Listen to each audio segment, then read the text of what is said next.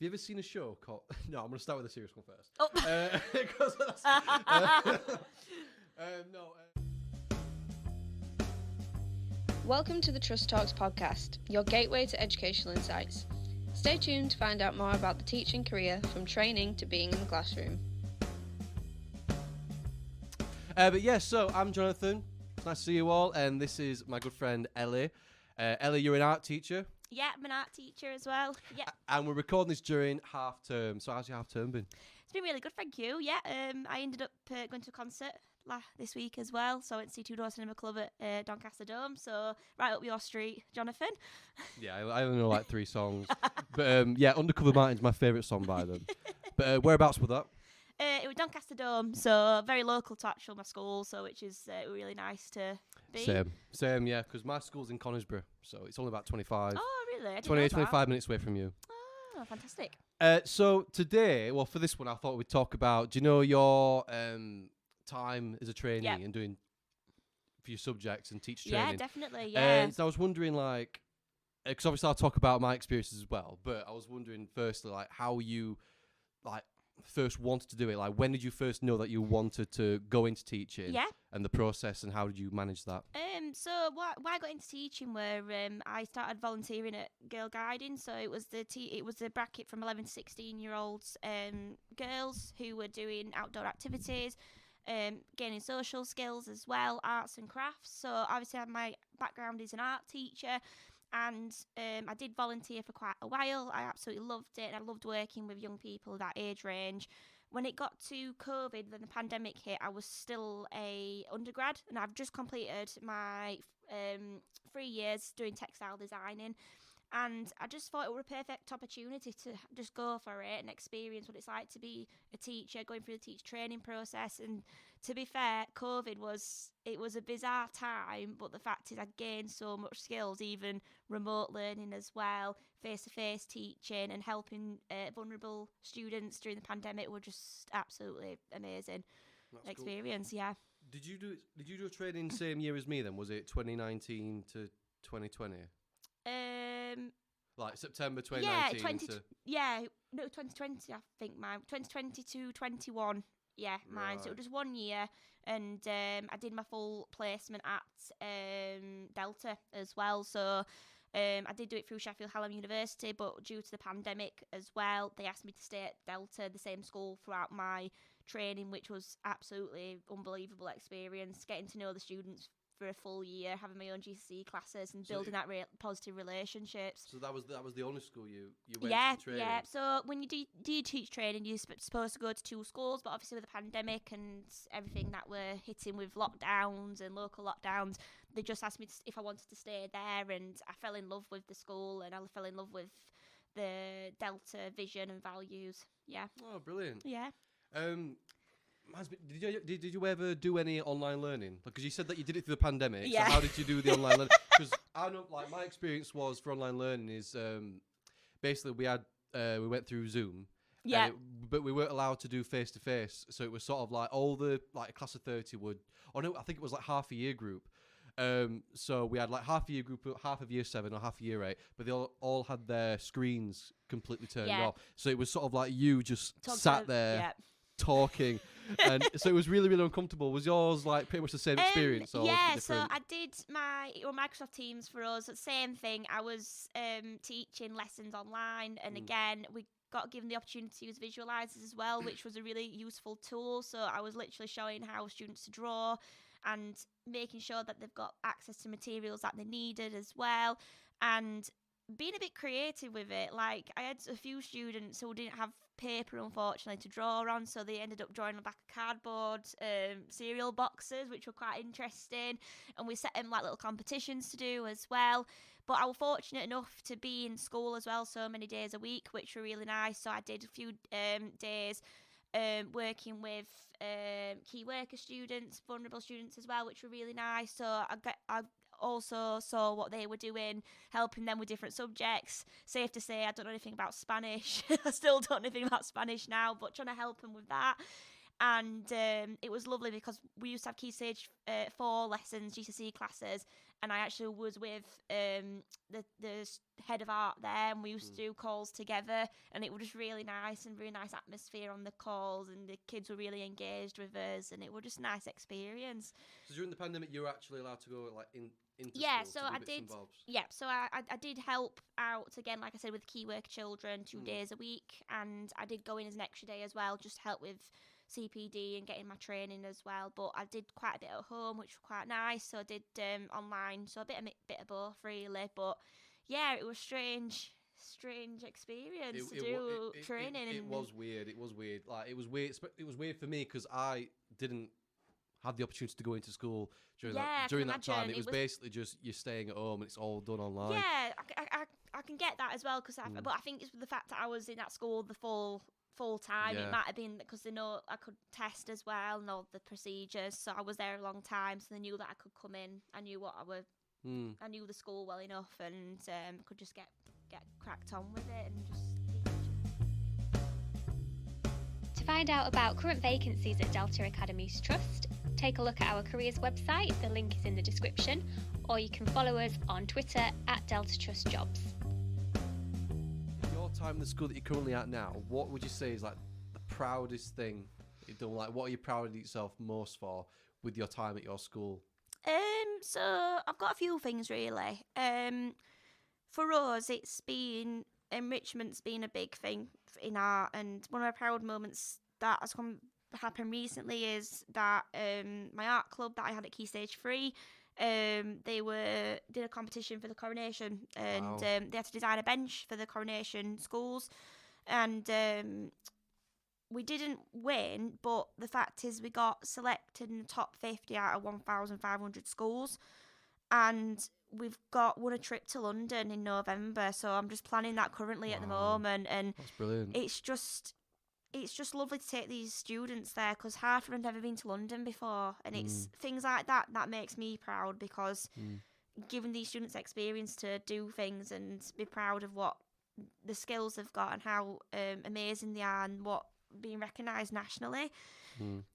Something that's been really proud with us as an art department as well, one of our year 11 students won a portrait competition.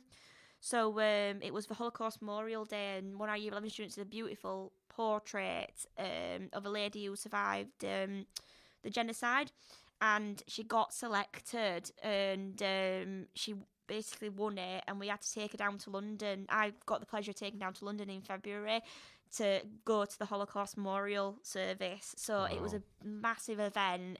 We even didn't know when the event were taking place because of high security and everything, so it was that prestigious. And we got there, and her work was just on the front of the programme. It were on the screens, and she met leading figures in politics. She met Michael Gove, and she met some Labour MPs, Conservative MPs that were there as well. I met as well the Archbishop of Canterbury, which was incredible, and just famous celebrities that their family was involved in the Holocaust. So for me, the best thing was I met Judge Rinder. That was just absolutely amazing. Yeah, it was absolutely brilliant. And then afterwards, there were Holocaust survivors, so we spoke to them, and the student met them and had photographs taken, and it was just so worthwhile what you do for these students, giving them opportunities like this, and then you having the honour to take them there. That was just absolutely incredible. And for me personally, I feel like as I've grown as an ECT, when I did my inquiry question as an ECT, I've done a lot of research around supporting SEN students and designing scaffolding differentiation strategies to help them, and I'm really proud of what I've done, and it has been used across Delta, which is a big achievement for myself, and also reading strategies. So it's a big thing for pleasure of reading. We're promoting pleasure for reading across Delta, but again, having it as an art subject, I've adapted it to suit what our subject is, and making it more engaging for them, for the power of pleasure, power of reading. And again, my resources are being used across the trust, which again is a big achievement for me personally. That's Yeah. incredible. Yeah. Oh, How about brilliant. you? Good job. Well, it's nothing like that. Nowhere near as big as that. So that's brilliant. But I guess you've been there for some time, and you've been Yeah. there for. But I think, to have all that and to achieve all that is brilliant. When you went down to London, was that with? You might have already said that. But was that with like a GCSE student? Yes. Yeah. She was a former year 11 student. She's just left now, and she never went to London. She's never been. So Nice. I took her down, and her dad came with us as well. And her dad hasn't been to London since he was a young boy. He told me, and it was just amazing. I remember taking her into the National Gallery, and I thought we were going to be there for about an hour, and we literally stayed there for about 3 hours. And she was mesmerised by it all, Yeah. taking photographs of everything, and it's just getting moments like that. It's just, you're so proud. It is. It's you're very so fulfilling, proud. isn't it? Yeah, Yeah. it is. That's what your job is about, inspiring these students. And she's so talented. Her work's just absolutely incredible. It was just A-level standard already when she were at GCSE. It was just phenomenal. Just a friendly reminder to book your tickets for the 2-day Education Exchange Conference. Link is in description. I think I'm proud of. We have this. Well, in January this year, I set up a Twitter page for the music department. That's And brilliant. and I was very skeptical at first. I didn't know how it was going to be, but I'm so proud because it's like I'm not particularly proud of myself for doing it. I'm sort of proud of them for getting involved with it. So, like you said, we enrichments, which are like the best times to get students involved. Yeah. The fact that these students who have picked up instruments for the first time and they learn something and perform it to put on this Twitter page, or they get up and sing for this Twitter page, or drum for this, they do all this kind of stuff, and knowing that they're going to be sort of showcased on this page, and to have that and to sort of we don't have GCSEs at the moment, but we've got. I'd like to think that we've got a big music department with a lot of talented young people. Yeah. So when I look back and when I'm watching back, I am proud. I'm proud for I bet you are, obviously I'm happy that yeah. I've set it up, but I'm proud of them for getting involved. So that for me, that's like the best part is like those who are really sort of musically inclined, Yeah. performing and being able to share that with the people. We have limited spaces remaining for sponsorship packages for the upcoming Education Exchange Conference. Link in description. Right. So these are some questions from Yeah. students at my school. Nice. And the first couple are from my tutor group. What year group? She tutor group? So this is year 8. Oh, nice. Key stage 3, nice. So first question is, obviously I'm not going to say who's asked these questions, but from my tutor group in year 8, do you have favourite students? No. No. Neither do I. No, you can't. It's No. just no favoritism. No. You can't do it. No, it's just not. It's not professional. Every student is treated equal. That's the most important thing about being a teacher. You've got to treat them fairly and equally. Yeah. That's it. Who inspired you to become an art teacher? An art teacher. So to be fair, really, it wasn't my art teacher. It was my graphic design teacher. She inspired me a lot when I was at secondary school, and I loved it. She got me into doing digital. Literally, she inspired me to go into college and do graphic design and look into art. She literally inspired me. She's been such an idol for me, and how she approached AQA with as coursework, and how she would just built positive relationships with us. She was just incredible, and she pushed us into our comfort zones and teaching us new skills that we wouldn't know, like for example Photoshop. Like I avoided Photoshop so much when I was younger, and she got us to do it. And again, she used to have a laugh with us, and it's just they're key things you remember when you were younger at school. And she's just she was just a wonderful woman. And again, being a teacher as well, it all stems back to my godmother as well. So she was a primary school teacher. She's retired now, but again, I idolised her for what she did as a primary school teacher, and her specialism was art as well. Wow. And I remember her taking me to like the Yorkshire Sculpture Park when I was younger, and she used to teach me, and I'm very grateful for what she's done for me. She helped me apply for my teacher training. She helped me so much through the pandemic, getting all my essays done and everything, and she gave me so many resources. So Yeah, she was absolute inspiration to me, and she actually came to my graduation because I wanted her to come. Oh, lovely. Yeah, as a thank you as well. That's Yeah, nice. yeah. That's nice. I guess for me it was a one's serious and one's not that serious. Oh. Have you ever seen a show called? No, I'm going to start with a serious one first. Oh. Mine was very similar. No, obviously, I basically had a music teacher who was absolutely brilliant. For years 7, 8, and 9, we had a guy who taught us, but then he left, and then I picked music for my GCSE, but it was like there was no teacher, so we kept pestering the head at the time. Well, my mum did, and asking whether they get a new teacher. But the new teacher that came in was absolutely phenomenal, and I owe her for what I'm doing now 'cause it's brilliant. And I got the opportunity. It was a music teacher at Darton, by the way. So I was super happy and privileged because, like I said that I'm doing like music Monday, Tuesday, Wednesday, and then I had Thursday, Friday to do. Well, before I did cover at the school, I did supply. So I went to different schools on Thursday and Friday, and I managed to get like a long-term supply job at Darton Thursday and Friday to do just music. And I was like, this is so cool because it's like a full circle. I'm now sat in the chair that my music teacher was sat in. It was so bizarre. Now and this is my room now. It was her room, but now it's my room. It's strange you mentioned that as well because that would literally happen to me as well. So my form tutor as well, he was an art teacher, and I had him from year 7 to year 11. Never had him for art, but he used to support us a lot with GCSE coursework and everything, and he was absolutely amazing. I idolised him as well. He were in a rock band. He was just so cool. And anyway, I did my ITT training. He's now a cover supply teacher, and I was teaching a lesson, and he came in my room, and I just couldn't believe it. I started crying a bit. I was just like, oh, that's nice. Like, sir, and he's like, he said you can say my first name, I'm like, no, I can't. It is weird. Yeah. Similar to that, when I went to Darton to do some teaching there, I was bumping into old teachers that I had at school, like PE teachers, and it's like, you should be more formal now. I should be calling you by your first name. Or, you can. But the conversation, because I'm still talking to you as if like I'm your student, but I'm not. I'm now your colleague. It's so weird. Yeah. So weird. Next one is still from my tutor group. How do you deal with a class clown? A class clown. Well, it's interesting. So again, I do.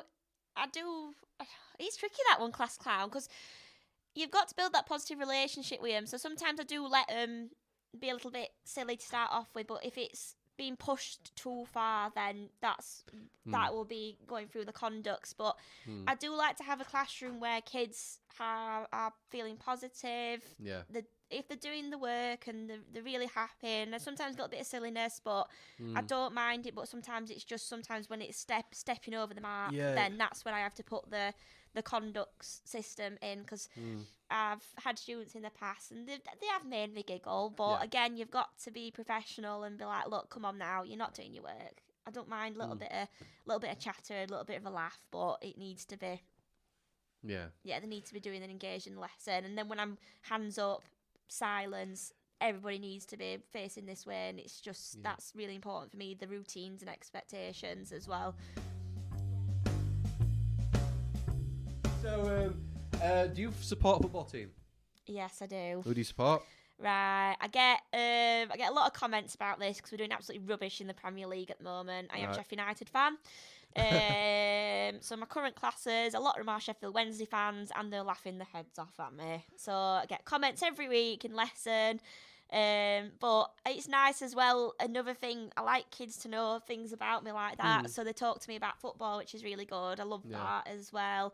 And again, like TV shows, like as well. So again, some of my year 11s I've been watching, like Big Brother, for example, and it's just been nice to kind of have that conversation with them. Again, getting to know them a bit more, and then talking about football and films, TV programs, and stuff like that, really. And they do like to know, like, if you've got a pet, for example. That's been interesting. What the a pet's are. interesting. And they want to show you. They want to show you their pets. Yeah, and you can. Like, and can I get up my phone and show you my cat? Brilliant. This one's this is a different tutor group now, so this is year 7. Oh. And they said, if you weren't a teacher, what profession would you have gone into? Ooh. So if I'll do it as a perspective of not being an artist. Yeah. So if I weren't an artist, all my family have said to me I should have been a nurse. A nurse. Yeah, a nurse, because I am a caring person. I do want to look after people and make sure that everybody's okay as well. Yeah. And also I'm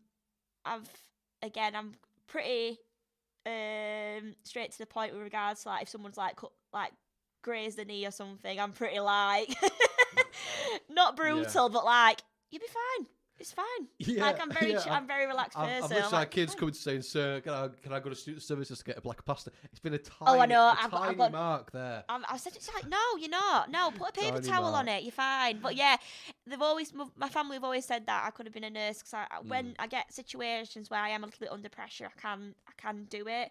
And again, it's that sort of element of caring and looking after people as well. Yeah, I think that's what this. But again, that's if I didn't go into an art career as well. And I loved science at school. Yeah. I loved science. Yeah, right. I really, really liked it. I loved biology. I was really strong in biology. Thank you for tuning in to Trust Talks. Don't forget to subscribe to make sure you don't miss an episode. For more information about Delta Academies Trust, check out the links in our description.